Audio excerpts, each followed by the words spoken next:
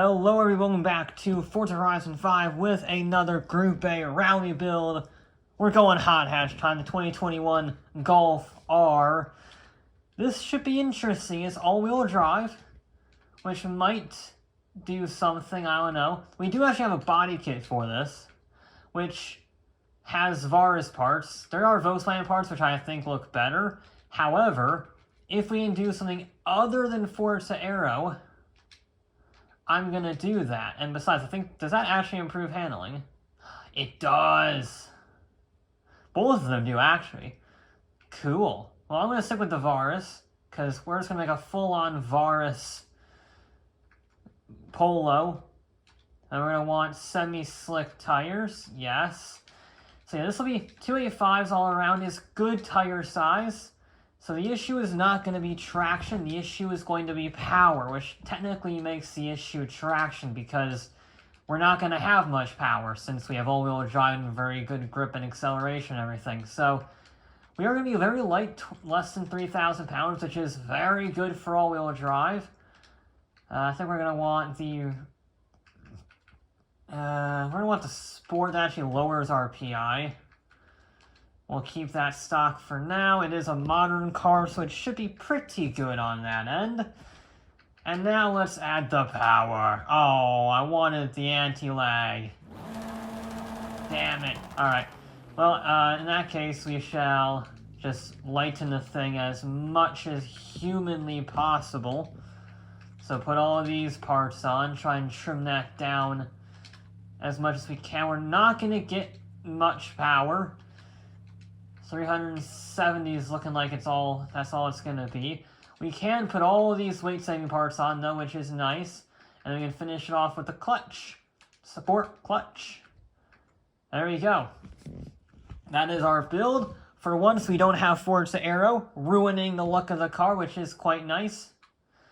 We got 370 horsepower, 350 torque, 2,700 pounds, so it's basically the same as the Hoonigan Cosworth. Which means we'll have our work cut out for us on catching the Exige. Two things to note about the Exige's time, a 242.7. That is our target, but that is not the fastest the Exige can go, because after I finished the episode, I did a bit of practice to get myself more familiar with the track, ended up doing a lot of practice, got really good at the track, and managed to shave 1.5 seconds off, and I'm top 50 in the world. A 241 is very good. So, we're only going to have to try and be a 242.7. But speeds can be deceiving. Now we're going to have a huge advantage on the target time, which is, well, basically that's Sylvia. And I think we'll have an advantage in terms of handling, at least in some respects, because we're going to have more punch out of the corners, so the narrow corners, the technical ones will be good. And I think, again, that the Varus kit actually adds more downforce than the traditional Forza Aero. Now, we want to do these long, late apexes to try and maximize the acceleration out of there, I think is what we're going to end up doing. As now, this corner was always nasty in the Exige, and it's pretty planted in the Volkswagen. But that's not really the line you want to take. Okay, that's not bad. That's not bad.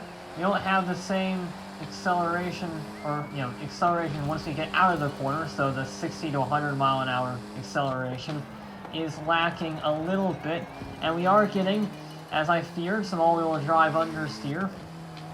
I'm not allowed to tune the car in any way, so what you see there is what you get, understeer. So you gotta be very precise with this vehicle, and you see that you can't just turn the wheel as hard as possible. You really do have to be on the straight and narrow, but I'll tell you what, it is nowhere near as bad as I thought it would be.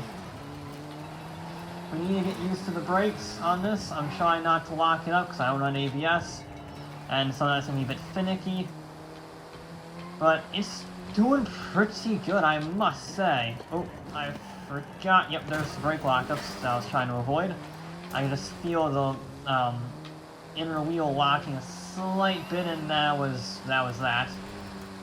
I gotta say though, again, I'm not really losing much time to our target, which is kind of impressive.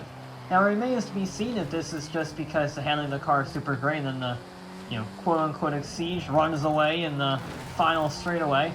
But provided I don't clonk it into walls all the time, I think this car can do pretty good. So, we're going to be miles off the course, miles off the time on this one. It definitely has a few more seconds in it. But I think this, 60 plus mile an hour acceleration is lacking. We're actually not that far off. We're a few miles an hour down. On the Lotus, that's not great. But we're not only a few miles an hour down, we're only a few seconds off. We're almost on the pace of the Cosworth with that awful run. So, room for improvement and a lot more performance on the table. Now, as I was saying, I think the Vars can actually provide more downforce than the Forza Aero. I think the Forza Aero combined makes like 350 pounds of downforce, something like that. While this makes over 400, almost 500 pounds of downforce with the Aero. And I'm not sure that's because the diffuser actually adds handling, adds grip. Maybe that is being factored in the downforce on the rear end. I don't really know. Oh, we're not stopping. It really wants to lock the brakes up under... Okay. But I think it does provide more downforce than if I use the Forza Aero.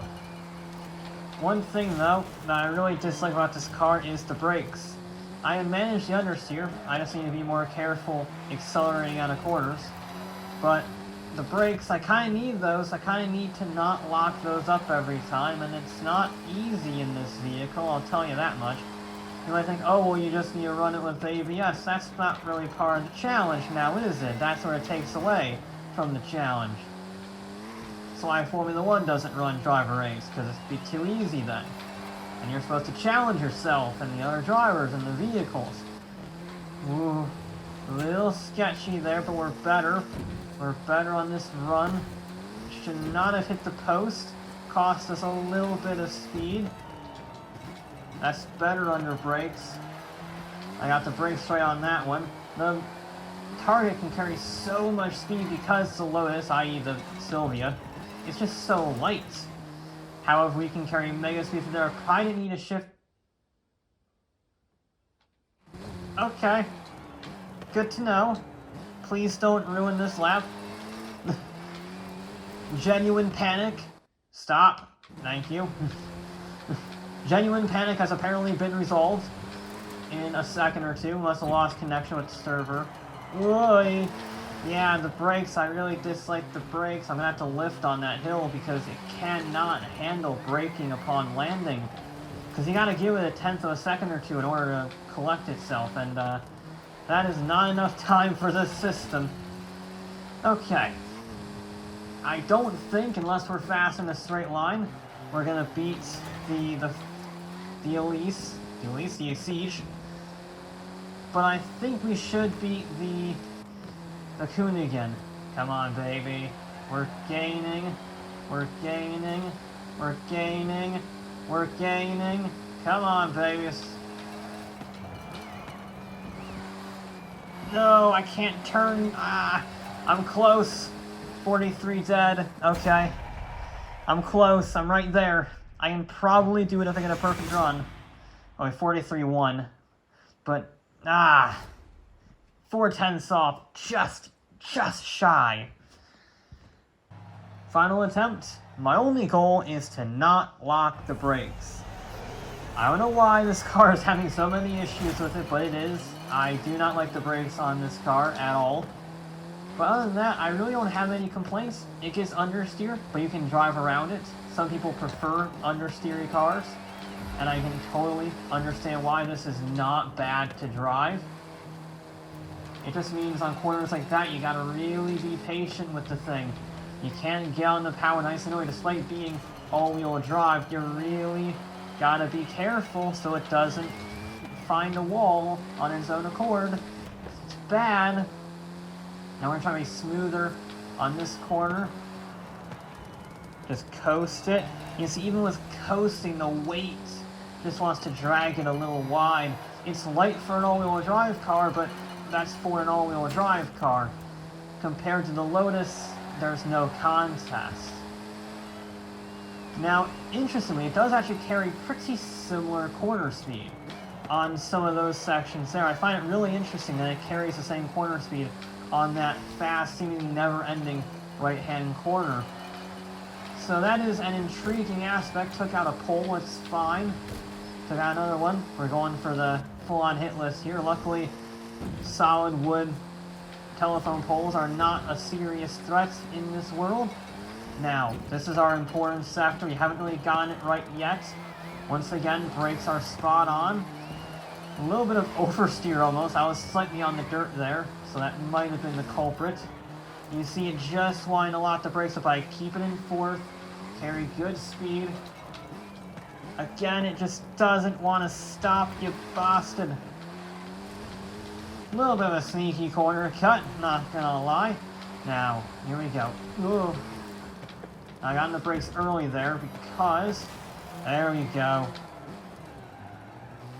No, turn, you bugger. It's going to be close, I think, because we are better. We are a little bit better. I have no confidence that you just see it locking up. I'm not even pushing the pedal or the joystick, whatever you want to call it. The trigger very hard, and it's just not stopping. I don't know what the bias is on this car, the brake bias or the brake pressure, but it is not good, and that is very difficult to drive around when you're pushing hard. But come on, we're ahead for the first time, I think, in the entire day. However, we just lose too much time on this final corner. It was the same time. It was basically the same time. 40, yeah. We were a fraction faster, a few hundredths of a second faster. It's just not consistent enough. It's going to be second. It's faster than the Cosmos by a fair margin. But it's just off of the Exige. If you get a perfect run, you totally can beat the Exige, or at the very least get within the low 42s, mid 42s. But it's just not consistent enough under brakes. You lock it up too easily. Once you lock it up, you're done. Because the Exige is just such good handling. It's such a good handling car that it doesn't have any issues. And they're pretty similar in terms of straight line speed. And if you lock up, there's no contest. So, disappointing for the Golf. Would have liked better brakes. It's weird. I don't understand why it's locking up so much. But it is what it is. That'll be it, though, for this episode of Forza Horizon 5. I'll be back with more.